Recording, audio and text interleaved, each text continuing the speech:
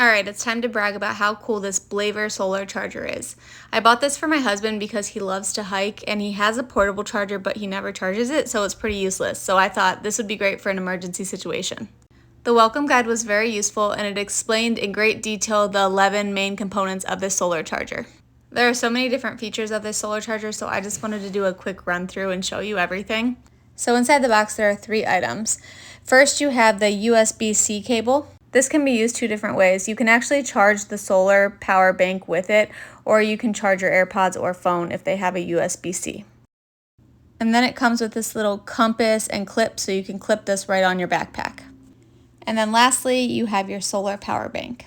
And this is where the fun begins. First, you see this little green light at the top. That actually means I'm in a well-lit area right now, so it's getting charged from the sun. And then you have the power button on the left. So if you click that, it'll tell you how charged it is. Each blue light represents 25%, so this is 50% charged.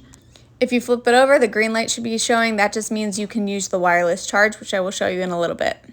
One other thing that the power button does is if you hold it down for 2 to 3 seconds, you will see that the flashlight comes on.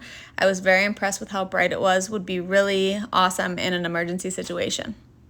Alright, so let's put it all together and I'll show you how everything works. First thing I am going to do is clip on my compass, and again, you can now attach this to your backpack. This is water resistant, so there's a little cover for the 3 ports on top.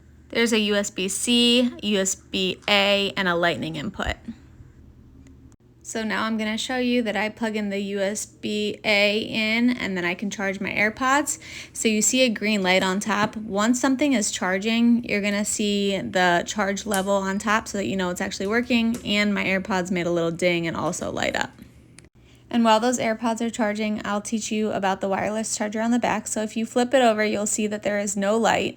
That is the wireless charging pad, but it's not currently on. So you're going to flip it back over, press that power button, and now when you flip it back over, you should see a little green light. The green light just indicates that the wireless charging is now on, so you can sit your phone on top, just make sure it's positioned right, and then you can look and it is charging. I did mention this in the very beginning of the video, but you can take that USB-C cord that it came with and you can plug it into a wall outlet. It comes with fast charging capabilities, so this will be fully charged within a few hours, and you can double check on top. Now the blue lights are shining, so you know it's charging. The last thing I wanted to talk about was the light on the very left of your solar charger. Right now it just turned white. That means it is too dark wherever you have it. It's getting 0 charge from the sun. So you'll see that when I walk to direct sunlight and when I face the panel towards the sunlight, that actually turns green, and that means you are getting charged from the sun. One last thing to mention is they do recommend that you keep your solar panel perpendicular to the sunlight just to create optimal charging.